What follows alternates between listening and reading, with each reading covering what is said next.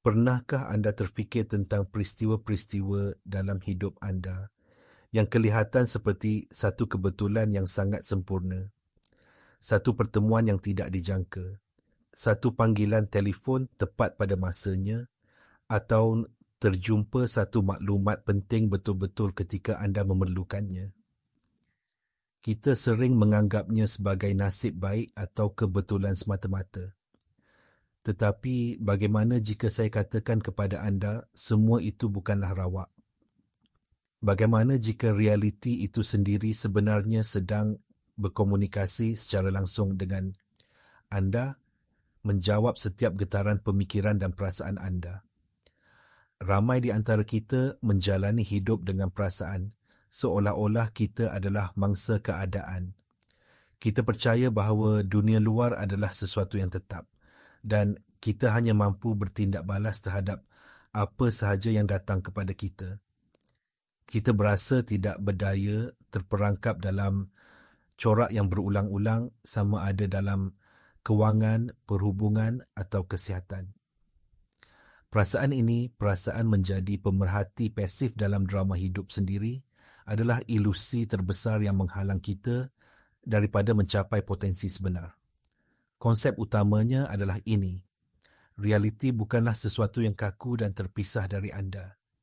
Sebaliknya, ia adalah satu medan tenaga yang anjal dan sentiasa berada dalam dialog yang berterusan dengan kesedaran individu anda. Alam semesta tidak berlaku kepada anda. Ia berlaku melalui anda dan untuk anda. Segala yang anda lihat di luar sana adalah cerminan langsung dari apa yang berlaku di dalam diri anda. Memahami prinsip ini adalah langkah pertama untuk beralih dari menjadi mangsa kepada menjadi pencipta agung pengalaman hidup anda. Ini bukan sekadar pemikiran positif. Ini adalah satu pemahaman mendalam tentang mekanik realiti itu sendiri yang disokong oleh fizik kuantum moden dan kebijaksanaan kuno yang telah diajar selama beribu-ribu tahun. Anda berada di sini bukan untuk sekadar bertahan, tetapi untuk mencipta.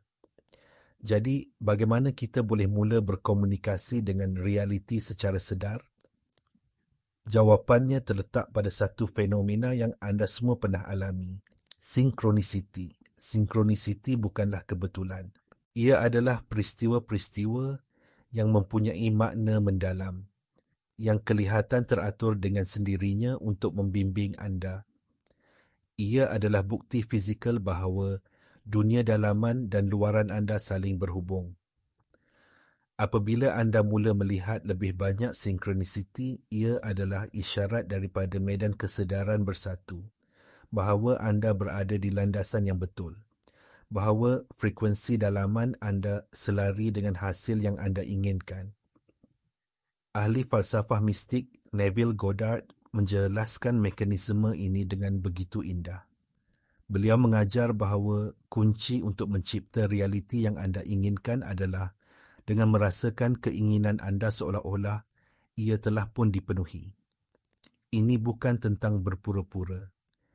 Ini adalah tentang menghuni keadaan emosi dan perasaan realiti baru itu sekarang.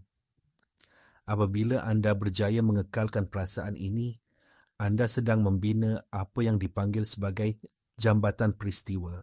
Jambatan peristiwa ini adalah satu siri kejadian, pertemuan dan idea yang kelihatan seperti kebetulan. Tetapi sebenarnya ia adalah langkah-langkah yang diatur oleh kesedaran anda yang lebih tinggi untuk membawa anda dari keadaan semasa kepada pemenuhan keinginan anda. Sinkronisiti adalah penanda di sepanjang jambatan ini yang mengesahkan bahawa anda sedang bergerak ke arah yang betul. Anda tidak perlu tahu bagaimana ia akan berlaku. Tugas anda bukanlah untuk merancang setiap langkah. Tugas anda adalah untuk menentukan destinasi akhir, iaitu perasaan keinginan yang telah tercapai, dan tetap setia pada perasaan itu. Alam semesta melalui medan kuantum akan menguruskan perinciannya. Dengan mengubah keadaan emosi dalaman anda secara aktif menjadi punca, bukan lagi kesan. Anda menjadi pencipta dan sinkronisiti menjadi isyarat pengesahan yang menggembirakan dari alam semesta. Jika proses ini begitu mudah, mengapa tidak semua orang hidup dalam impian mereka? Mengapa kita masih bergelut? Jawapannya terletak jauh di dalam sistem operasi kita. Minda separa sedar. Ahli neurosains telah membuktikan bahawa sekitar 95% daripada tingkah laku, pemikiran dan emosi harian kita dikawal oleh minda separa sedar. Ia adalah program automatik yang berjalan di latar belakang. Minda sedar anda yang hanya merangkumi 5% mungkin berhasrat untuk kekayaan, kesihatan dan kebahagiaan. Tetapi jika program di minda separa sedar anda dipenuhi dengan kepercayaan tentang kekurangan, ketakutan dan rasa tidak layak yang ditanam sejak kecil melalui pengalaman emosi yang kuat, maka program itulah yang akan sentiasa menang. Minda separa sedar anda tidak dapat membezakan antara realiti dan imajinasi yang dirasai dengan kuat. Ia hanya bertindak balas terhadap emosi. Setiap kali anda mengalami emosi yang kuat, anda sedang mengajar minda separa sedar anda tentang realiti anda. Jika anda sentiasa berasa bimbang tentang wang, anda sedang memprogramkan diri anda untuk terus mengalami kekurangan wang. Jika anda sentiasa berasa kesunyian, anda mengukuhkan identiti sebagai seorang yang sunyi.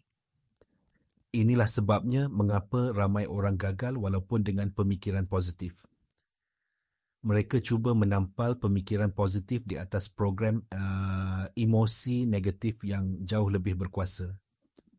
Cabaran sebenar bukanlah untuk mengubah pemikiran anda, tetapi untuk mengubah identiti anda, untuk memprogram semula kepercayaan teras yang tersimpan dalam minda separa sedar anda. Anda perlu menjadi orang yang secara semula jadi menarik apa yang anda inginkan, bukan seseorang yang sentiasa mengejarnya dari keadaan kekurangan. Ini memerlukan kerja dalaman yang mendalam untuk mengubah keadaan emosi anda secara konsisten. Bagaimana caranya untuk kita memintas minda sedar yang kritis dan menanam benih baru terus ke dalam minda separa sedar yang subur?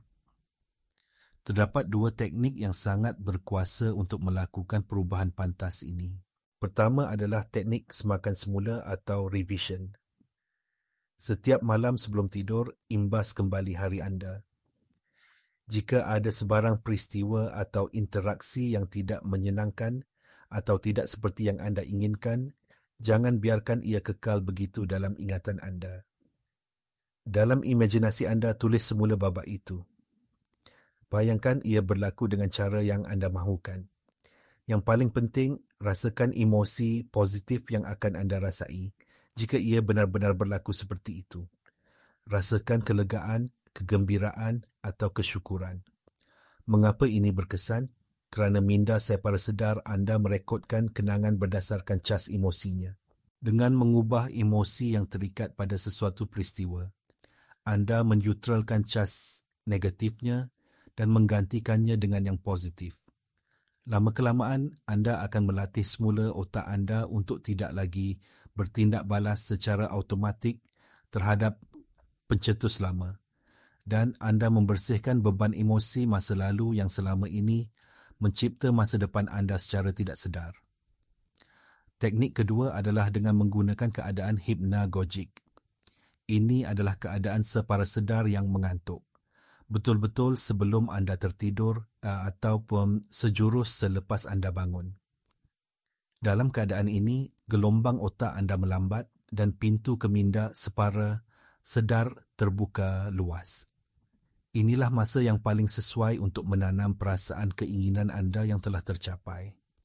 Daripada tertidur dengan kebimbangan hari esok, sebaliknya bayangkan satu babak pendek yang membayangkan keinginan anda sudah pun menjadi kenyataan. Jangan hanya melihatnya tetapi masuk ke dalamnya. Rasakannya dengan semua deria anda. Apakah yang akan anda lihat, dengar dan rasa jika impian anda menjadi kenyataan sekarang? Kekalkan perasaan itu semasa anda hanyut dalam tidur. Tidur adalah proses di mana minda separa sedar memproses dan mengukuhkan arahan yang diberikan kepadanya. Dengan menanamkan perasaan ini sebelum tidur, anda membiarkan minda separa sedar anda bekerja sepanjang malam untuk menyusun semula realiti anda agar sepadan dengan keadaan dalaman yang baru ini. Mari kita mendalami sains di sebalik keajaiban ini. Apa yang berlaku pada tahap kuantum apabila anda mengubah keadaan dalaman anda? Eksperimen celah ganda atau double slit eksperimen yang terkenal dalam fizik kuantum membuktikan sesuatu yang sangat menakjubkan. Zarah subatom boleh wujud sebagai gelombang kebarangkalian potensi tak terhingga dan hanya akan menjadi zarah fizikal realiti apabila ia diperhatikan. Ini menunjukkan bahawa kesedaran pemerhati memainkan peranan penting dalam mencipta realiti itu sendiri. Anda sebagai pemerhati secara harfiahnya memilih satu kemungkinan daripada medan kuantum yang tidak terhingga untuk menjadi pengalaman fizikal anda melalui fokus dan perasaan anda. Semuanya di alam semesta ini, termasuk diri anda, pada dasarnya adalah tenaga, frekuensi dan getaran. Pemikiran anda adalah getaran elektrik dan perasaan anda adalah getaran magnet. Apabila anda menggabungkan niat yang jelas, pemikiran, dengan emosi yang tinggi, perasaan, anda sedang menghantar isyarat elektromagnet yang koheren ke dalam medan kuantum. Prinsip resonans dalam mekanik kuantum menyatakan bahawa getaran yang serupa akan menarik satu sama lain. Jadi, apabila anda bergetar pada frekuensi kekayaan, anda akan menarik peluang dan sumber kekayaan. Apabila anda bergetar pada frekuensi kasih sayang, anda akan menarik perhubungan yang penuh kasih. Anda tidak mengejar apa-apa. Anda hanya menarik apa yang sepadan dengan frekuensi diri anda. Dari perspektif neurosains pula, setiap kali anda merasakan emosi, keinginan yang telah tercapai, anda sedang membentuk laluan saraf baru di dalam otak anda. Anda sedang memasang perkakasan neurologi untuk identiti baru anda. Lama-kelamaan, laluan ini menjadi dominan dan menjadi keadaan semula jadi anda. Bidang epigenetik pula menunjukkan bahawa keadaan emosi anda boleh menghantar isyarat kepada jin anda untuk diaktifkan atau dinyahaktifkan. Ini bermakna dengan mengubah perasaan anda boleh mengubah ekspresi genetik dan biologi anda, mencipta kesihatan dan kecergasan. Ajaran-ajaran kerohanian kuno telah lama memahami ini. Frasa seperti sebagaimana di dalam, begitulah di luar atau kerajaan Tuhan ada di dalam dirimu bukanlah sekadar metafora. Ia adalah arahan literal tentang cara realiti berfungsi. Anda adalah mikrokosmos bagi makrokosmos. Seluruh alam semesta terkandung di dalam diri anda, menunggu untuk diekspresikan melalui kesedaran anda. Mengetahui teori ini adalah satu perkara, tetapi mengamalkannya dalam kehidupan seharian adalah kunci sebenar. Bagaimana anda boleh mengintegrasikan prinsip ini untuk menjadi gaya hidup anda? Mulakan hari anda bukan dengan mencapai telefon bimbit anda, tetapi dengan mencapai keadaan perasaan yang anda inginkan. Sebelum kaki anda mencecah lantai, ambil masa beberapa minit untuk merasai kesyukuran untuk hari yang indah di hadapan anda. Rasakan perasaan kejayaan, kegembiraan atau kedamaian seolah-olah ia sudah menjadi milik anda. Dengan berbuat demikian, anda menetapkan nada frekuensi untuk sepanjang hari anda. Anda tidak lagi bertindak balas terhadap hari itu. Anda menciptanya terlebih dahulu. Sepanjang hari, jadilah pemerhati yang sedar terhadap keadaan dalaman anda. Apabila anda mendapati diri anda kembali kepada corak, pemikiran atau emosi lama yang negatif, jangan menghukum diri sendiri. Cuma perhatikannya tanpa pertimbangan dan dengan lembut, kembalikan fokus anda kepada perasaan yang anda pilih. Ia seperti melatih otot. Semakin kerap anda melakukannya, semakin kuat ia akan menjadi. Gunakan synchronicity sebagai sistem maklum balas anda. Apabila anda melihat satu kebetulan yang bermakna, akui ia. Ucapkan terima kasih kepada alam semesta. Ini menguatkan sambungan anda dan memberitahu medan kuantum, ya, saya faham, hantarkan lagi. Ini mewujudkan satu gelung maklum, balas positif yang akan mempercepatkan manifestasi anda. Sekarang, saya ingin mengajak anda untuk berinteraksi. Fikirkan kembali hidup anda.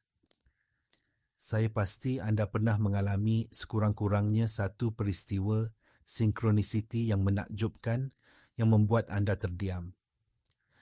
Cuba kongsikan di ruangan komen di bawah apakah peristiwa synchronicity paling menakjubkan yang pernah anda alami. Dengan berkongsi, anda bukan sahaja mengukuhkan keajaiban itu untuk diri sendiri, tetapi anda juga memberi inspirasi kepada orang lain untuk mula melihat keajaiban dalam hidup mereka.